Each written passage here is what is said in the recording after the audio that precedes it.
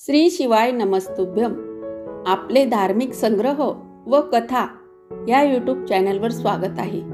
आजच्या व्हिडिओमध्ये आपण बेलाच्या झाडाचे व पानांचे महत्त्व व त्यामागची कथा जाणून घेणार आहोत. त्यासाठी व्हिडिओ शेवटपर्यंत नक्की बघा. त्यापूर्वी जर तुम्ही चॅनलवर नवीन असाल तर चॅनलला सबस्क्राईब करा आणि सोबत बेल आयकॉनला क्लिक करायला विसरू नका, जेणेकरून तुम्हाला नवनवीन व्हिडिओचे नोटिफिकेशन मिळत राहील. चला तर मग बेलपत्राचे वैशिष्ट्य जाणून घेऊ. बेल हा चित्रा नक्षत्राचा आराध्य वृक्ष आहे. शिवपुराणात सांगितल्यानुसार महादेवास बेल प्रिय असल्यामुळे बेलाची पूजा करणारा, बेलाला पाणी घालणारा, बेलाचे वृक्ष लावणारा, बेलाचे संरक्षण करणारा हा महापुण्यवान असतो. सौभाग्य, संपत्ती, आरोग्य यासाठी बिल्वरात्री व्रत केले जाते. अग्निपुराणात राज्य प्राप्तीसाठी बेल फळाचा होम करण्यास सांगितले आहे. बेल वृक्षाच्या बुंद्यापाशी सदैव लक्ष्मीचा निवास असतो, तर मध्यभागी महादेवाचा निवास असतो. लक्ष्मीपासून बेलाची निर्मिती झाली असल्यामुळे बेलाला श्री वृक्ष अथवा लक्ष्मी वृक्ष असेही म्हणतात. बेलाचे झाड व बोराचे झाड जर एखाद्या जागेवर शेजारी शेजारी वाढलेली असली तर त्या जमिनीखाली झरा असणार असे समजतात. नवीन कार्याच्या शुभारंभी लोक बेलाला प्रदक्षिणा घालतात, कारण बेल नवे कार्य यशस्वी करून देतो असे मानतात. बेलाची पाने महादेवाला अतिशय पूज्य मानली जातात. महादेवाच्या पूजा अर्चेत बेल वाहणे हा विधी अत्यंत आवश्यक असल्याने बहुधा महादेवाच्या देवळाजवळ एखादे बेलाचे झाड लावलेलेच असते. महादेवास बेल वाहताना देठ आपल्याकडे करून उपडा व्हावा. बेल पाण्यात 3 अखंड पाने असावीत.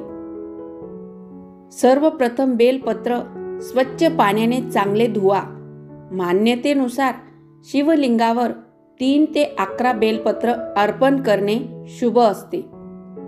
बेलपत्र वनस्पतीचे वास्तू फायदे. बेलपत्र वनस्पती सर्व नकारात्मक ऊर्जा काढून टाकते आणि वातावरणास सकारात्मकतेने भरते. चांगले आरोग्य आणि समृद्धी देते. शिवाय बेलपत्राच्या झाडाखाली दिवा लावल्याने शिक्षणाचा फायदा होतो. घरातील नकारात्मक ऊर्जा काढून टाकून घरामध्ये सकारात्मक प्रसरण्यासाठी बेलपत्राखाली दिवा लावावा.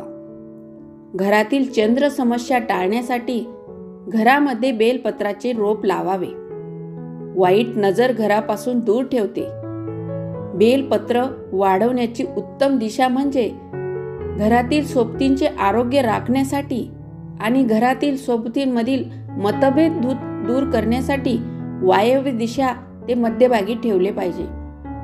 लक्ष्मीला प्रसन्न करण्यासाठी बेलपत्र उत्तर दक्षिण दिशेला ठेवावे. आता आपण बेलाचे सर्वसाधारण वर्णन बघूया. बेल हा एक मध्यम उंचीचा पानगळी वृक्ष आहे.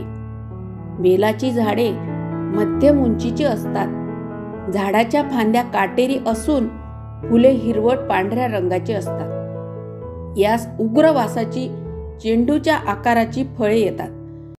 पाने ही त्रिदली असतात. फलधारणा झाल्यावर पावसाळ्यात लहान लहान गोलसर हिरवी फळे दिसू लागतात. ती पिकल्यावर पिवळी होतात. फळ मोठ्या पेरू एवढे असते.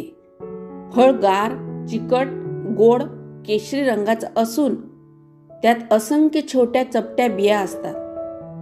नवीन रोपे बियांपासून तयार करतात. त्याचे औषधी उपयोग जाणून घेऊ. बेलाची मुळे तापावर गुणकारी असून मूत्रविकार, पाठीच्या कणातील वेदना, हृदयाची धडधड यासारखी गुणकारी ठरतात.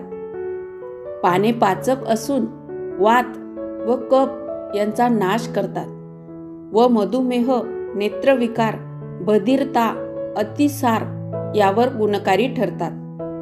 बेलाची पाने डोळ्यांवर पोटीस म्हणून बांधतात. बेलाची फळे कडवट गोड असून ती शक्तिवर्धक आहेत. मेंदू आणि हृदयाच्या स्वास्थ्यासाठी ती उपयुक्त ठरतात. औषधोपचारासाठी बेलफळांचा विचार केल्यास कच्चे फळ व पक्व बेलफळ यांचे वेगवेगळे गुणधर्म दिसून येतात. त्यापैकी कच्चे बेलफळ जास्त गुणकारी असून त्यातील उष्ण गुणांमुळे आतड्यातील द्रव्यांचे शोषण होते. त्याने जठराग्नी प्रदीप्त होऊन भूकही चांगली लागते. बेलपत्राच्या झाडाची त्वचा, मुळे, फळे आणि पाने या सर्वांचा उपयोग विविध रोगांवर उपचार करण्यासाठी केला जातो. हिरड्यांमधून रक्त येणे, दमा, कावीळ, आमांश, रक्ताशय आणि इतर अनेक आजार या पवित्र वृक्षाने बरे होतात. बेलफळातील टॅनिन कॉलरा आणि अतिसाराच्या उपचारात मदत करते. वनस्पतीमध्ये अँटीफंगल आणि अँटीव्हायरल गुणधर्म आहेत जे आपल्याला शरीरावरील अनेक संक्रमणांवर उपचार करण्यास मदत करतात. बेलाची पाने अत्यंत उपचारात्मक आहेत कारण त्याचा अर्क तुम्हाला कोलेस्ट्रॉलवर चांगले नियंत्रण ठेवण्यास मदत करू शकतो. बेलपत्रामधून काढलेल्या तेलाने सर्दी आणि दमा यासारखे श्वसनाचे विकार बरे होतात. रोजच्या आहारात तूप आणि फाडलेले बेल फळाचे मिश्रण केल्यास विविध हृदयरोग टाळता येतात. बेलफळ बद्धकोष्ठता दूर करते. बेलफ्रूट पल्प मीठ आणि काळी मिरी आतड्यांमधून विषारी पदार्थ काढून टाकण्यास मदत करते. उच्च रेचक सामग्रीमुळे बेलपत्र रक्तातील साखरेची पातळी नियंत्रित ठेवण्यासाठी फायदेशीर असते. बेलपत्राचा वापर केल्याने त्वचेवरील पुरळ आणि जास्त घाम बरा होऊ शकतो. तसेच शरीराची दुर्गंधी दूर करण्यास मदत होते. बेलपत्राचा रस प्यायल्याने केस गळण्याची समस्या दूर होईल. हे कोरडे केस आणि खरबडीत गुळगुळीत करेल. बेलपत्र त्वचावरील डाग काढून टाकण्यास मदत करते जे औषधांच्या दुष्परिणामांमुळे दिसू शकतात. बेलपत्र या फळातील टॅनिनची उपस्थिती त्वचारोग आणि मूळ व्याधांवर प्रभावीपणे उपचार करण्यास मदत करते. प्राचीन काळात या समस्यांवर उपाय करण्यासाठी कच्च्या बेलपत्रा फळाचा अर्क वापरला जात असे. बेलपत्रामध्ये अँटीऑक्सिडंट संयुगे देखील असल्याने ते गॅस्ट्रिक अल्सरची लढण्यास मदत करते. हे व्रण पोटात आम्लीय पातळीच्या असंतुलनामुळे होतात.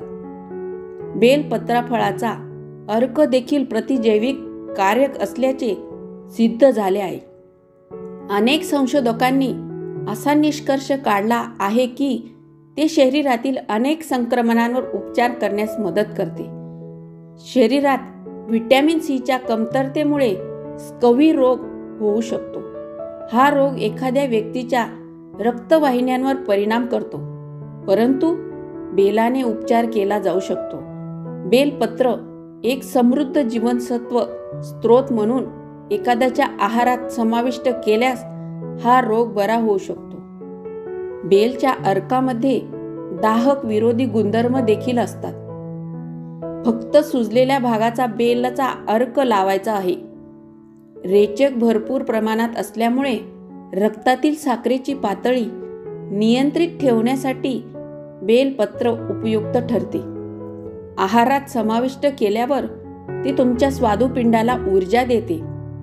रक्तातील साखरेची पातळी व्यवस्थापनासाठी आवश्यक प्रमाणात इन्सुलिन तयार करते. आता आपण बेलपत्र मागच्या 2 पौराणिक कथा ऐकूया. कथा 1. लक्ष्मीचा त्याग. देवी लक्ष्मी ही विष्णू पत्नी असे असले तरी ती रोज शिवाची पूजा करत असे, कारण प्रत्येक देवाला त्याचे स्वतःचे असे स्थान आणि महत्त्व स्वर्गलोकात दिले आहे. लक्ष्मी आपल्या दासीकडून रोज 1000 कमळे अर्पण करीत असे. एके दिवशी संध्याकाळच्या वेळी ती पिंडीला कमळे अर्पण करताना रोजच्या सारखी मोजू लागली. कमळे 999 होती. म्हणजे 1000ला 1 कमळ कमी होते. रात्र होऊ लागली. कमळांनी आपल्या पाकळ्या मिटून घ्यायला सुरुवात केली होती. तेव्हा यापुढे कमळ तोडण्यात काहीच अर्थ नव्हता. लक्ष्मीने विचार केला, 999 कमळेच शंकराला वाहने अशुभ होईल. कमळाचे फूल तोडणे अशक्य होते. स्वतःचे मस्तक तोडून त्या कमळाबरोबर स्वतःचे शिरकमळ वाहावे असा तिने निश्चय केला. कट्यारीने ते आपले मस्तक कापणार एवढ्यात पिंडीतून मूर्तिमंत शंकर प्रकट झाले. त्यांनी तिला थांबवले. तिच्या भक्तीमुळे ते तिच्यावर संतुष्ट झाले. या प्रसंगाची आठवण म्हणून त्यांनी पृथ्वीवर बेलाचे फळ टाकले. त्यातील बियांतून पुढे पृथ्वीवर शंकराच्या देवळांजवळ असंख्य बेलांचे वृक्ष निर्माण झाले. कथा दुसरी. व्याधाची भक्ती आराधना. वाराणसीत येथे एक नास्तिक व्याध राहत होते. एके दिवशी तो अरण्यात शिकार करण्यासाठी गेला. तिथे एका हरणाचा पाठलाग तो दिवसभर करत राहिला.